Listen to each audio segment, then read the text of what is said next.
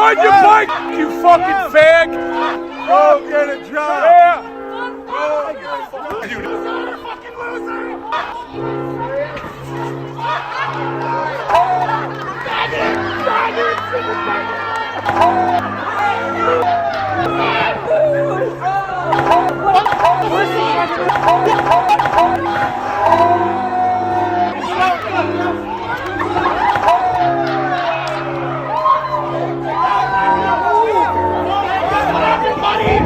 fucked around and you found out!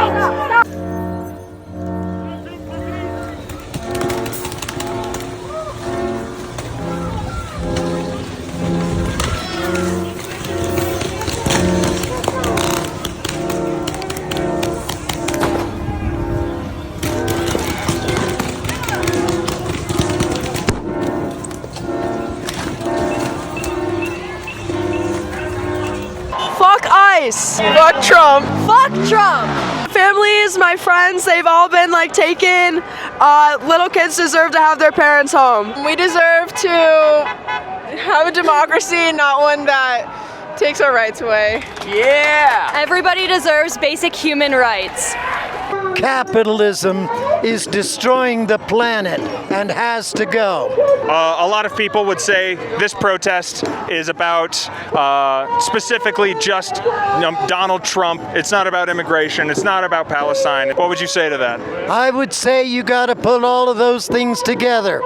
You've got to see the interrelationships between all of these struggles. You've got to see the contradictions. You've got to go beyond just having your feelings hurt because Trump says ugly things and has shut down the government. You've got to see the core of the problem that unites all the struggles, and that is the struggle, the worldwide struggle against capitalism and imperialism. How does it feel to be the arm of the state enforcing its capitalistic monopoly on violence? I just work here. Is that Mr. Roger? Oh my God! I'm proud of you! Mr. Roger's proud of us. When the imposter is sus! What brings you out here, buddy? I don't know. My mom basically just brung me out here. Are you the imposter? Maybe. Sus! Very sus! Do you like Fortnite? Sort of. What do you think about Mr. Trump? Horrible. Horrible? What makes him horrible? I don't know. Keep chilling, Sussy Baka, alright? Okay. Why are you out here today, Mohammed? I'm out here because I want to call for our government to stop what they've been doing for the past almost 2.5 years now, which is stealing from the people to send money in arms to the state of Israel, which is committing a genocide against children. You were kidnapped by Israel while attempting to serve aid to the children of Gaza as a doctor. What was that like? During my time, I spent roughly 3 weeks in Gaza. Initially it was supposed to be 2, but once the ceasefire began, the Israelis would not let us leave the north, and so we were given no idea about when we were going to be leaving, what the process was looking like, and so we got stuck in the north of Gaza. I tried reaching out to my senators, my politicians. I even tried reaching out to the embassy in Jerusalem, only to have them tell me at the end of a long conversation, I'm sorry, we don't actually have any control over the Israelis. Why in God's name are we paying $60 billion if we get zero control on the back end of it? Did you see any injuries to the people in Palestine?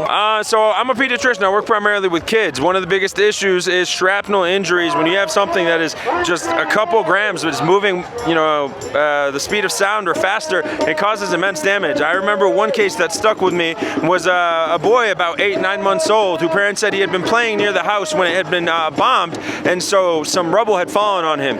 By the time he got to the ED, he had lacerations and was bleeding everywhere, and so I closed up all the cuts on his arms and legs and moved on to the next patients because we were in the middle of a mass casualty event. I had to go and triage the next patient immediately. And so as I'm walking back, the parents tell me he's acting a little bit funny. It's not unusual to have concussion if you've been near an explosion, so we chalked it up to that. 5 minutes later, the family reaches out to me and they tell me he's sleepy, and again, it can also be symptoms of a concussion. But then they asked me, there's one more small cut on the side of his head, do you mind fixing it? And I went and I looked at it, and you could see that this was not a laceration, a cut in the skin. This was actually a penetrating injury to the side of his head. We knew immediately at that point that this child had had a shrapnel injury to the brain. We sent him to go get a CT to see what the degree of injury was. By the time he came back from the CT, this child was no longer responsive. This child needs emergency brain surgery, but we did not have a pediatric brain surgeon with us because the Israeli government has prevented healthcare workers arbitrarily and has prevented supplies from going to these places where they're most needed. And so I had to do what I consider one of the hardest things I've ever done in my career and walk away from a patient I knew who could be saved anywhere else. I've had experiences with children who have had head trauma here in the United States, and we have saved them. But in Gaza, I had to ask the nurse to move this family to a quiet corner in the back of the ER while their child passed. The child passed. Yeah, the child passed, unfortunately. He had bleeding within the brain. It causes compression of the brain and the brainstem, and then his heart rate slowly decreases, and eventually he passes. What do you say to those who deny the genocide in Gaza? I tell them, if at this stage, 2 years into it, and seeing all of this evidence, you cannot find it within your heart to believe that even one child has been unjustly killed, there is something fundamentally flawed with you as a human being, because even one child is a crime, and the world should have stopped after that first child was killed.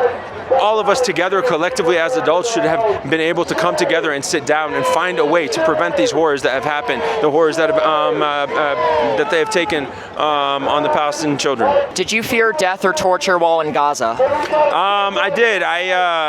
We were told before we went there, all of us had to sign waivers, and I had to file a will for the first time, which was a very emotionally difficult process. And then I get there, and when you arrive, you see that the UN, which has a base in Gaza, everybody all their cars are armored, and everybody's wearing bulletproof vests, and we had none of that. We were existing on the promise that the Israeli military would choose not to bomb us as physicians. However, that protection did not extend outside the hospitals where I was. I stood outside the hospital, probably 6 feet from the door, passing out candy, and about 20, 30 feet right in front of me, an airstrike happened while I was handing out candy to these kids.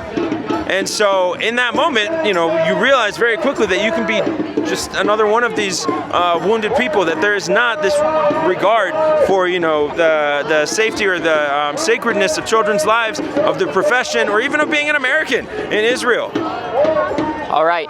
Thank you so much. Thank you for your service to the children of Gaza. Fuck Peter Thiel, fuck Palantir, free Palestine. I'm really fed up with this current administration, and thankfully my parents are here this time. My dad was a veteran. He was in the Air Force. This is going to be his first protest. This is how outraged he is with what's going on in our current government.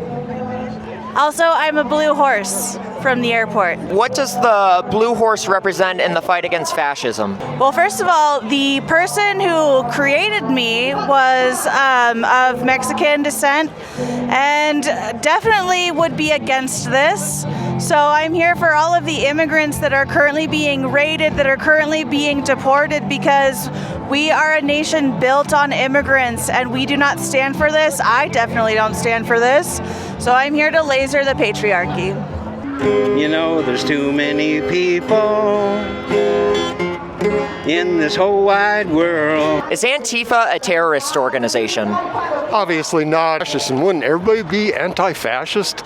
But yeah, we're the bad guys. So I'm just trying to keep my head down here and not let anybody see me. What are our best tactics to resist the current administration? Frankly, I don't know. Law doesn't seem to work. I don't think we have the Supreme Court. So hopefully the people will come around eventually. What do you think about the things big tech is doing to our democracy? I'm a little bit concerned about AI and the impact it's having on electricity and water, but we're stuck with it. We're not going to be able to close the door at this point. If you saw an Uber Eats delivery bot on the street, would you smash it with a bat? Absolutely not. Peter Thiel is an anti-human autist who has sacrificed 40,000 Palestinian children at the altar of the techno-capital god at the end of time. Down with Peter Thiel! Do you think we still have privacy or just permission? We have permission. Privacy has not existed since, I would say, possibly the 90s is when it started to go. Our data is constantly sold by data brokers. They're consistently stealing stealing your data, and the politicians are most likely lobbied by them. It's just a fancy word for legal bribery. Lobbied by these data broker companies because it is so profitable. Our privacy does not exist any longer. Anything and everything that you do is recorded, especially if you are in an urban city. We have to end the Trump presidency somehow, some way. How do we end the Trump presidency? Well, vote. I mean, we got to vote, but we have to protect that vote because currently he is doing everything he can to prevent a free and fair election in 2026. It seems like we're only relying on a conservative Supreme Court to protect our vote. Well, if you get enough people in the Senate, you can start to make real changes. Now that would be 67 Democrats. That'd be like crazy. Or Democrats and independents. Or it might be 60. I don't know. I don't remember, to be honest. Civics was too long ago. But if we can get 60 in the Senate, then you can start impeachments. You can impeach members of the Supreme Court. But there's just no way you could do it today. We could also change the rules of the Supreme Court. A lot of people think it's been 9 since 1780. We can pack the court. Yes, we can. Yes, we can. We could change, and it, in my opinion, it should increase. I mean, it was 9 when the population of the country was 1/3 of what it is today. You know, it should be more. We should have better representation. That's part of the big problem is we're not being the people are not being represented. The millionaires are, or billionaires. Yeah. Who are you with and why are you here? I'm with the Denver Aurora Community Action Committee. We're a group that fights for community control over the police, justice for the victims of police violence, and freedom for political prisoners. And we're fighting some really key fights, particularly in Aurora right now, where we have some of the most violent and corrupt police in the country. So we are fighting in Aurora. A man named Corey Dillard was killed by the Aurora police about a year ago, and the district attorney, Brian Mason, is not pressing any charges against those police officers. He's letting them get away scot-free. And we're going to let him know that that's not okay, and we're putting a campaign against him for that. He's also charging children as adults, some 16-year-olds that he's trying to put away for 10, 15, even 20 years. So we're trying to fight him on that. And he's pressing charges against a young disabled woman who was beaten brutally by the police for simply filming the police. And he's trying to charge her with assault. So we have all of these intersecting fights for justice that are focused on him. And we're also fighting for greater civilian accountability over the police in general. We want democratically elected civilians who live within our neighborhoods to have the ultimate say over policing, whether that's their budgets, their policies, or how those policies are investigated and enforced when police break them. I work for Pro Animal Colorado. We are a collective of voters, volunteers, and small donors, and we're working on ending foie gras sales here in Denver. There is a grassroots chapter of our organization now in Washington, D.C. and Portland, Oregon. And we are all working on ending foie gras in our cities. So I'm out here today getting signatures from Denver County voters. If we get enough signatures, we're 75% of the way there. We can get this onto the ballot for November 2026. And it would make it so no restaurant, no grocery store is able to sell force-fed foie gras made by force-feeding ducks and geese until they literally can't even walk. A lot of them die before they even get slaughtered because they're so sick and unhealthy, and they're kept on factory farms, bred specifically for their livers. They have tubes stuck deep into their mouth, metal tubes, correct? Yeah, these tubes are either plastic or metal, and they're extremely long, and workers stick this long tube all the way down their throats and feed them multiple pounds of corn and oil every single day. It's vastly more food than any duck or goose would eat on their own, and the reason why they're doing that is to fatten their livers to the point that the fat content is like over 50%. And it's all just for human greed and profit. It's a product that nobody needs. Nobody has ever needed this, and restaurants are selling it because it commands top dollar. We know that they're going to fight us on this. The majority of voters in Denver have said in a poll that they want to see this policy passed. So that's why we're bringing it to the people through democracy. I think ballot initiatives are one of the few pieces of democracy that we really still have left. and it makes me feel empowered to be able to be involved in campaigns like this. Join the civic fight against animal cruelty. We're going to vote factory farming out of existence. Go vegan. What brings y'all out here today? Fuck ICE! Fuck Trump! I support freedom! I like rights. How can we mobilize furries against fascism? Just show your support, high key. I think non-furries need to show their support. I don't feel like there's that much of a difference between the regular people and the furry fandom when it comes to anti-fascism. Bars. Bars! How does it feel to be in a crowd full of neoliberals? Honestly, coming here, I kind of figured that this crowd would be full of a lot of people who are well-intentioned, but who this is really their main form of activism, right? They're out here saying, I'm participating in a protest. And that's great. I'm happy you're here, but please take this momentum that you get from here and bring it out into the streets with you. Bring it out into your everyday life. Organize unions and general strikes in your neighborhoods, in your communities. Bring awareness not only to the injustices here in the homeland, but also to these genocidal activities happening all across the world. Because in earnest, I would love to not have Trump in office, but I would love even more to have a free world, to have a place where we're not seeing genocide, where we're not seeing displacement of people, where we're not seeing private companies profit off of warmongering and off of exploiting not only native populations, but native lands for energy. I'm aware that this crowd is mostly neoliberals, and my heart goes out to them for being here today, but I really encourage you all, take this momentum and bring it with you for the rest of this presidency and for the rest of your life. No one's free until we're all free. Can you talk about what Chevron is doing? So Chevron is an oil company, obviously. Because of the occupation in Palestine, Chevron is empowered to set up their rigs and their, I guess, extraction equipment and then funnel energy that they're extracting from these indigenous lands back to settlement colonies that are going out of their way to remove these indigenous people. So not only are we moving them from their homelands, but we're also exploiting the energy in those homelands themselves. Are you aware of what Palantir is doing? Boy, am I. Palantir is one of the most vile companies in the modern age, going out of their way not only to empower the Israeli government, empower ICE, empower institutions like the Los Angeles Police Department, collect our information, work with companies like Flock to try and make it so even if I'm not under surveillance now, in a year, if I do something wrong and the cops want to track me, all that information is stored in Flock and in Palantir and all of these massive LLM companies that are going out of their way to use resources and surveillance to try and make a buck. Hello, Eric A. Name. We understand that you were our first collaborator on Trash Heap. Can you explain that to the audience?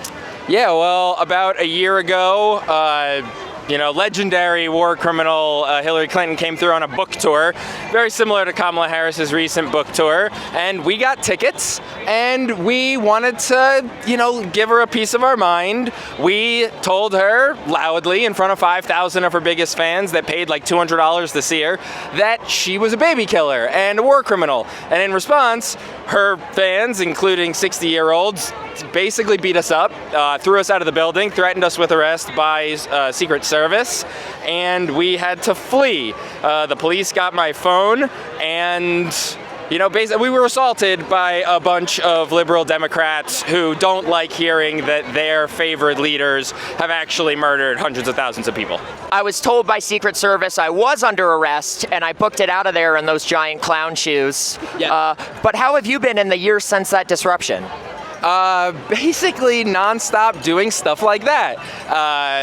Interrupting and disrupting our senators, Michael Bennet and John Hickenlooper here in Colorado, who just voted yes for the National Defense Authorization Act. Half the Democrats voted no, but they voted yes because they're giant pieces of shit, sorry to say. Got kicked out of some of theirs, almost got arrested for some of them, and banned from multiple places throughout Denver and Colorado, and apparently had Capitol Police start an investigation into me as a threat assessment because Congresswoman Brittany Pedersen had me removed from a public citizens town hall where you could go and ask questions at a library. They called the police on me and had me removed from a public library. So it's been a lot of up and down. Yeah, shame to all of them. Supporting everyone in Gaza, raising funds with a fundraising organization here called Slice of Hope. getting in people's faces, including Republican Congressman Gabe Evans, went to his house, called him a piece of shit. So, you know, every opportunity we get out here. So this No Kings protest, while they're all organized by different groups each time, they seem to have a common theme in that they want ultimate control. And today, apparently, they did not want people talking about immigration, because I guess that's not a problem in this country. We're not seeing immigrants and citizens and just anyone that with complexion darker than either of us literally getting kidnapped by masked federal agents who were probably all at January 6th with felony records. So the organizers of this, Colorado Indivisible, the organization, basically banned any speakers from deeply discussing immigration issues or Palestine. They do not want to hear it. They want this to be about Donald Trump exclusively, even though Israel killed 11 civilians yesterday, including 7 children under the age of 15, while they were trying to visit their home in a bus. After the ceasefire. There is no ceasefire, but they don't want to talk about that because the Democrats are just as guilty as the Republicans, and it muddles the message. They don't like hearing bad things about their own. They want us to just vote blue. That is what this protest is really gonna push people to do, is vote blue even harder. If you can dye your skin blue, if you can be in the blue man group, you're welcome in the Democrat Party. Otherwise, if you support anything that's actually justice, get fucked. That's the message here.